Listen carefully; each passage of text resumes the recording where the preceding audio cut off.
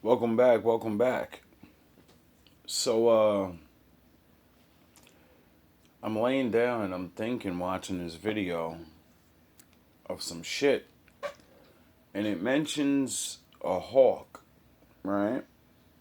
And it reminds me of something that I seen today that I was gonna make a video about and be like, wow, I think this is like really strange. I go to work, I start my route, and right where I seen that tree the couple of weeks ago knocked down, I'm working there and I'm sweeping up, taking my bags out, doing my job, and I start taking the trash out, and I notice like something dropping down. And I'm like, what is that? And I look, and there's more coming down, and it's like fur. I'm like, what the fuck? So I look up, and on a telephone pole, there's a gigantic bird ripping something to shreds. And I'm like, oh shit. That's not a normal sized bird, and most birds I see don't eat other things. So me thinking of my brain and what I know about birds, I'm like, yo, that's not an eagle because I know what eagles looks like, and I was like, that's got to be like some type of hawk or something like that. So I see somebody that I know at work, and I'm like, hey, bro, look at that. Did you ever see a bird like that? And he's like, yeah, that's a hawk. It's an old guy. He tells me it's some hawk and all this. He tells some story and everything. So I go, all right. Think nothing of it. I leave.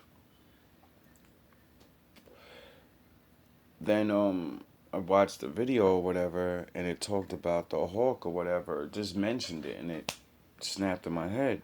So me being who I am, I said, let me go look up a video and see what the meaning of a hawk, or maybe there's some type of, let's see what that is. And lo and behold, Hawk has a very long symbolic tradition and spiritual meaning. It has many positive qualities that it has maintained throughout history. Because people saw only good in a hawk, it is associated primarily with positive symbolism. In the time of ancient civilizations, it represented a solar bird and had a similar symbolic interpretation fair use. as the eagle. He was an attribute of the sun gods and represented the heavens themselves. At the same time, the hawk was also credited with the virtue of power, symbolizing nobility and nobility. Like the eagle, the hawk also had the ability to fly high all the way to the sun without being burned by it. He could stare into the glare without blinking once. Already the Aztecs saw the hawk as a messenger of the gods, and the Egyptians believed that I literally can stare into the sun. Can you? he embodied the very spirit, soul, and inspiration. In ancient Egypt, he is known for his depictions of the god Horus, as he was considered a sacred bird and personified his incarnation. The hawk's spiritual meaning in the Christian world becomes a metaphor for a saint or a believer, for by shedding his old pens he exemplifies a man who has set foot on the path to God. He left behind his corrupt old life and adopted a simple way of life. The old falcon's feathers signify a life that Let's run that back, cause I think that sounds familiar to somebody I know. So you know. without blinking once. Already the Aztecs saw the hawk as a messenger of the gods, and the Egyptians believed that he embodied the very spirit, soul, and inspiration. In ancient Egypt, he is known for his depictions of the god Horus, as he was considered a sacred bird and personified his incarnation. The hawk's spiritual meaning in the Christian world becomes a metaphor for a saint or a believer, for by shedding his old pens he exemplifies a man who has set foot on the path to God. Oh, so the hawk represents a saint. What I tell you about what the saint's gonna do? He left behind his corrupt old life and adopted a simple way of life. The old falcon's feathers signify a life that presses man to the ground, while the new elevates us to the sky. The hawk spread of its wings to the south is another sign that believers symbolically open their hearts and confess their sins with the inspiration of the Holy Spirit. As the believer confesses his sins, the power of repentance opens the pores of his heart, and new feathers of virtue grow out of them. The wild hawk, like a bird of prey, has the characteristics of depraved thoughts and evil deeds. He What you mean, like the Eyes of My Cries video? Oh, y'all think I'm playing with you. also sticks to the label of overblown. As is a prey, he always wants to reign over other birds. There are some types of hawks that kill even an eagle. Oh, really? Didn't know that. Hawk screech meaning.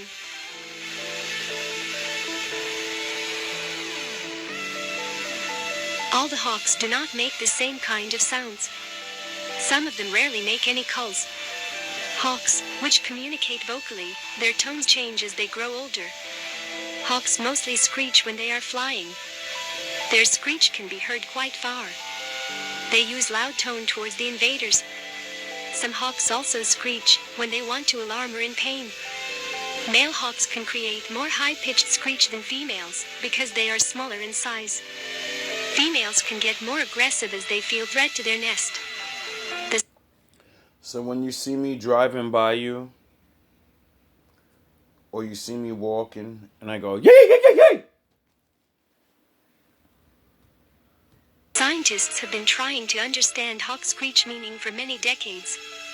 Hence, it is also an important spiritual animal. Its Give me a screech can couple be of months, signal I'll for you. figure it out. Its meaning will be similar to hawk sighting and encounter.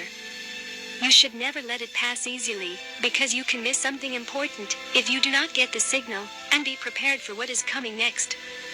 The hawks are spiritually associated to courage, clear-sightedness, creativity, guardianship, experience, leadership, illumination, memory, life, opportunity, power, and past lives. Its appearance in your dreams is a sign that you should be more cautious in the life. Important people in your life may take advantage of your skills and expertise for their benefits. This messenger bird has a lot to offer if it is your spiritual animal.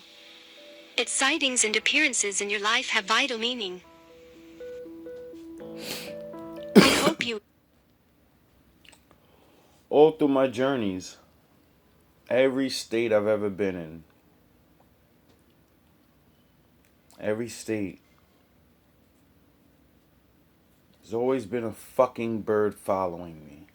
Now I know it's a different bird.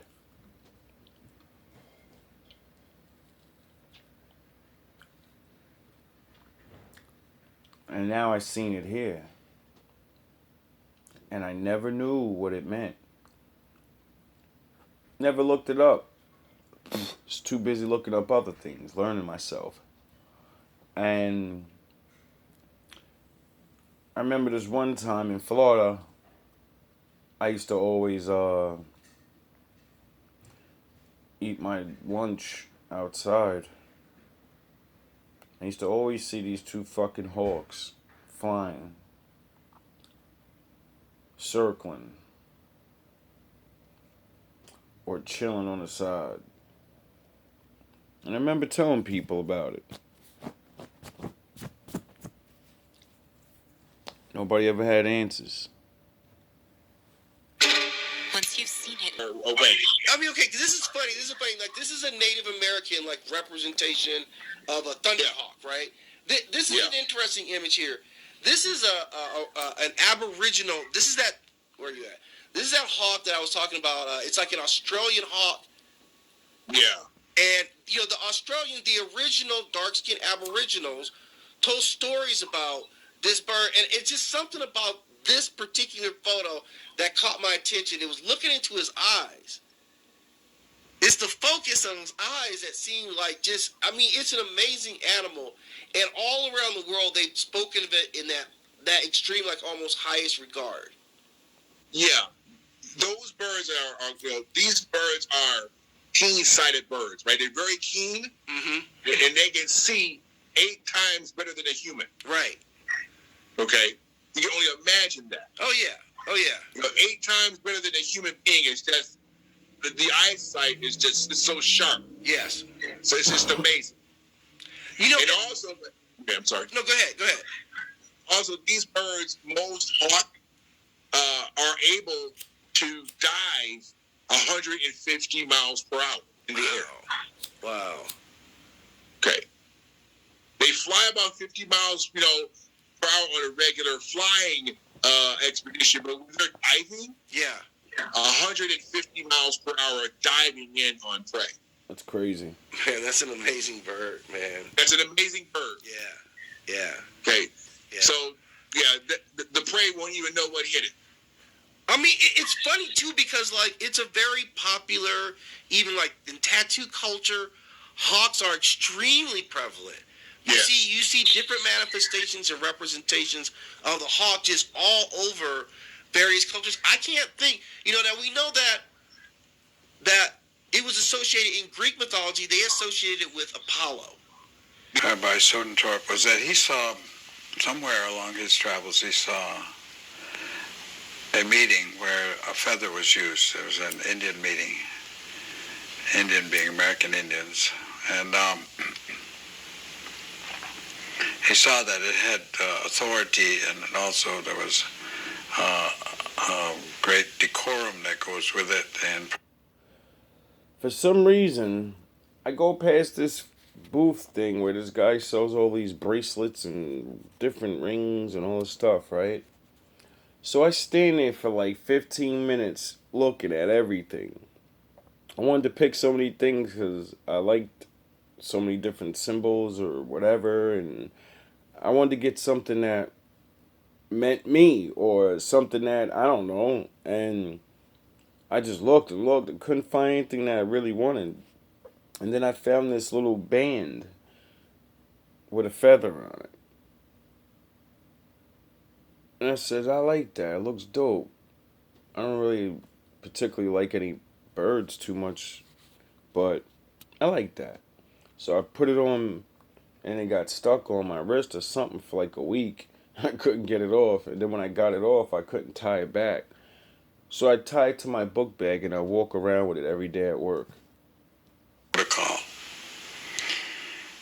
And there's varieties of Well, I bring my book bag everywhere nations, with me. But almost all Indian nations, and indigenous people for that matter, do not interrupt the speaker. That's a very bad form to interrupt the speaker. And so, on certain occasions where it's important to hear everyone, and they will use sometimes what they call a talking stick, which is could be any kind of an instrument that's been designed to be used at a meeting like that. What, like a staff? Great care, or simply a feather. And the feathers with Indian people, as you know, is very, very important for us. And the reason why is that birds have important role in the discussion of everyday life. I tell you a lot of things, and if you learn their language, you know what they're saying, and they're always busy. They're always around. They have beautiful songs, and that's their first work is to wake everybody up, and they move as soon as daylight moves, and they are moving, and then they're the first thing that you hear in the new dawn, the new day. So these birds are basically, it makes sense because when you hear birds in the morning, they're chirping, it does kind of sound like music and shit. I remember one of my videos just recently, I was walking by something and like all these birds are chirping. I was like, oh, that shit sounded dope. I didn't even recognize that when I was making the video. And I wake up and go to work every day before the sun comes up. And I rap my songs. You'll hear the birds, you'll hear their message. And you get to appreciate that and to recognize them as friends and as partners in life. Oh, really? And you greet them as well as you greet the new dawn with a thanksgiving, as we do with everything.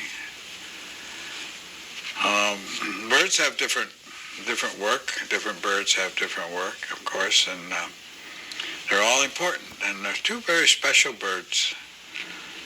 Well, there are many. I guess they're all special when you come to that. But two that we depend on a lot. One is the very tiniest of birds, the hummingbird. This bird really is what we call a messenger. It's always good news when a hummingbird comes around. It's always nice to see them. And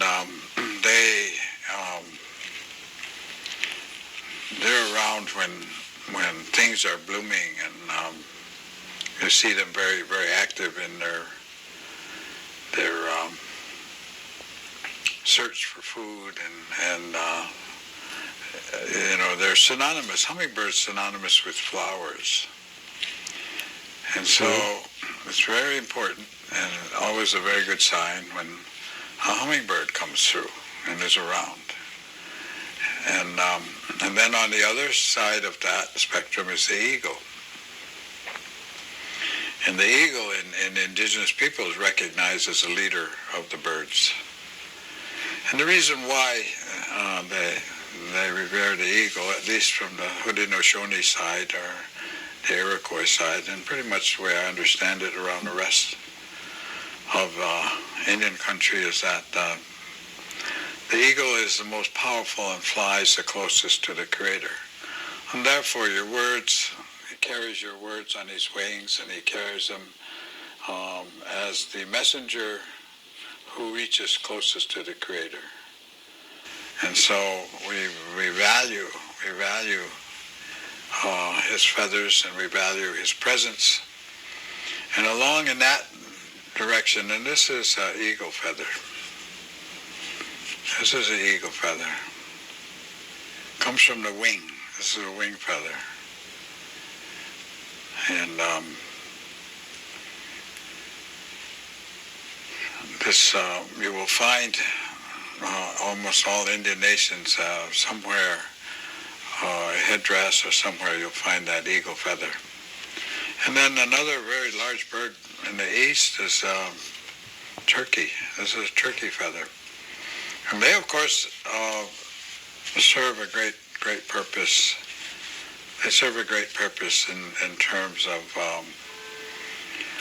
keeping the grounds healthy, and keeping keeping watch on lands and territories. And they're very watchful birds, and they're also very, very good to eat. They share themselves with us, and people are very grateful for the turkey. This is a wing feather. And this is a tail feather of a red-tailed hawk. And the red-tailed hawk does the same work as the eagle. They're up there very high, and their feathers, and the eagle feathers, and the turkey feathers as well, are used. You'll find them always somewhere on headdresses and so forth of our people, because they tie us together with the creation.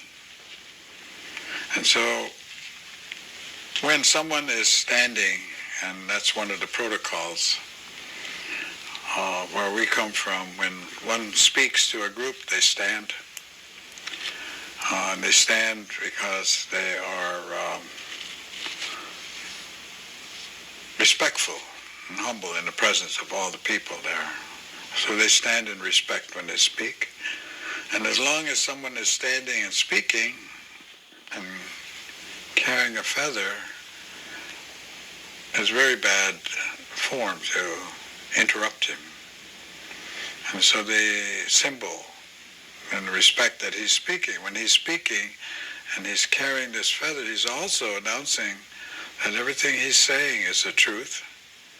And this is what the what the eagle represents is a messenger to the Creator, and he's not afraid to speak the truth and to speak what he feels.